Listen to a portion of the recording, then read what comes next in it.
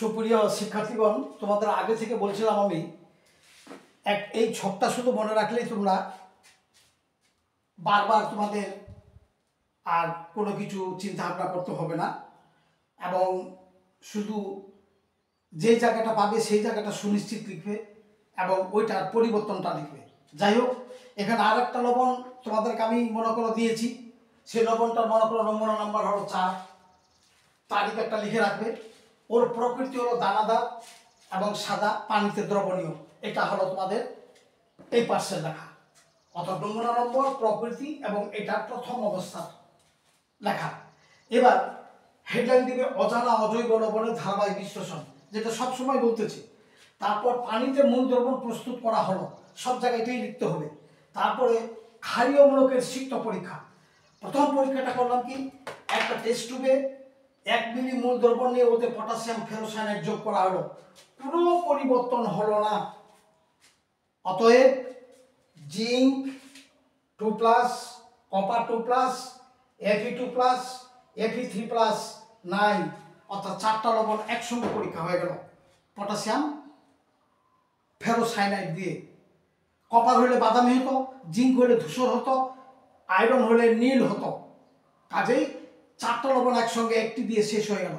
এবার 2 নম্বর, একটা টেস্ট টিউবে ওই মজুদ দ্রবণ 1 মিলি নিয়ে উহাতে সোডিয়াম হাইড্রোক্সাইড যোগ করা হলো, কোনো পরিবর্তন দেখা গেল না। অতএব অ্যালুমিনিয়াম নাই। এবার একটা টেস্ট টিউবে অ্যামোনিয়াম অক্সালেট নিলাম, অ্যামোনিয়াম অক্সালেট নিয়ে অ্যামোনিয়াম অক্সালেট দেওয়াতে সাদা অধক্ষেপ পাওয়া গেল, অতএব ক্যালসিয়াম সুনিশ্চিত। অর্থাৎ এই মূল দ্রবণটি আমাদের আছে, এই মূল দ্রবণটাতে আমরা একটা টেস্ট টিউবে একটা মূল দ্রবণটা নিলাম, নিয়ে এখানে আমরা অ্যামোনিয়াম অক্সালেট আমরা যোগ করতেছি।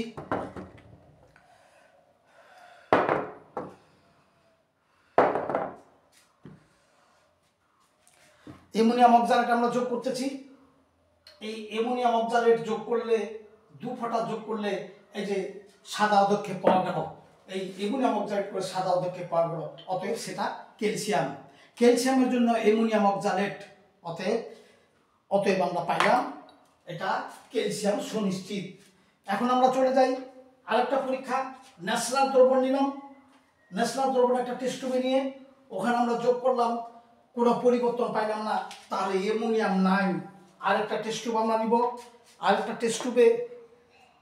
টেস্ট টিউবে আমরা একটু মূল দ্রবণটা নিই, মূল দ্রবণ নিয়ে ওখানে ন্যাশনাল দ্রবণ আমরা যোগ করলাম, কোনো বাদামি অধক্ষেপ পাওয়া গেল না, অতএব এটাতে কোনো অ্যামোনিয়াম নেই। আবার আমরা আরেকটা টেস্ট টিউবে নিয়ে যদি পটাশিয়াম পাইরোঅ্যান্টিমোনিয়াম যোগ করি, কোনো পরিবর্তন হবে না, অতএব সোডিয়াম নেই।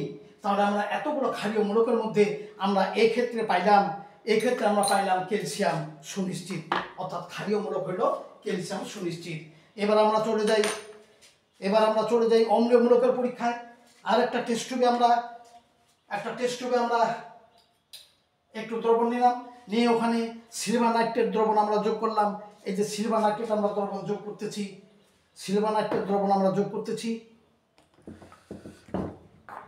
এই সিলভার নাইট্রেট দ্রবণ আমরা যোগ করতেছি।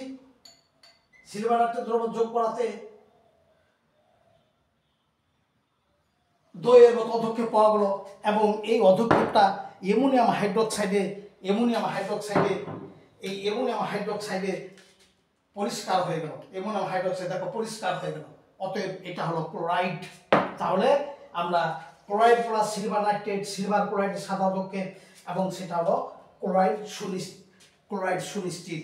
অতএব আরেকটা টেস্ট টিউবে যদি বেরিয়াম নাইট্রেট নিই, আরেকটা টেস্ট টিউবে আমরা বেরিয়াম নাইট্রেট যদি আমরা নিয়ে শুধু আমরা কোনো অধক্ষেপ পাবো না, অতএব সালফেট এবং কার্বনেট নেই।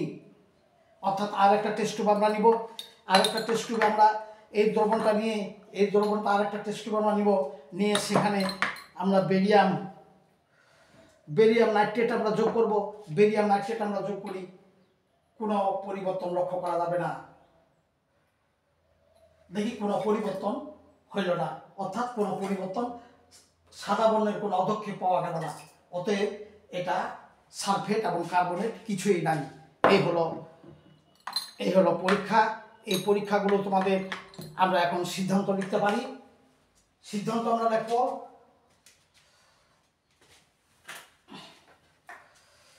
এখন আমরা সিদ্ধান্ত লিখব।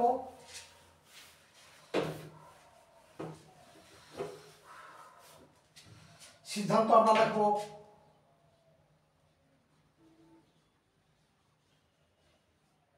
সিদ্ধান্ত ক্ষারীয়মূলক ক্যালসিয়াম, অম্লীয়মূলক ক্লোরাইড। লবণটি হলো ক্যালসিয়াম ক্লোরাইড। লবণটি হলো ক্যালসিয়াম ক্লোরাইড।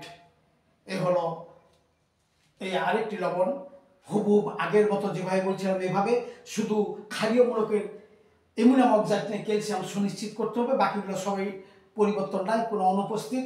আর অম্লীয় পরীক্ষায় ক্লোরাইডটা শুধু সুনিশ্চিত, বাকিটা কার্বন এবং সালফেট কোনো পরিবর্তন হলো না, অনুপস্থিত।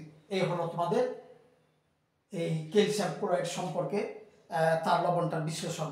তোমাদের সকলকেই ধন্যবাদ।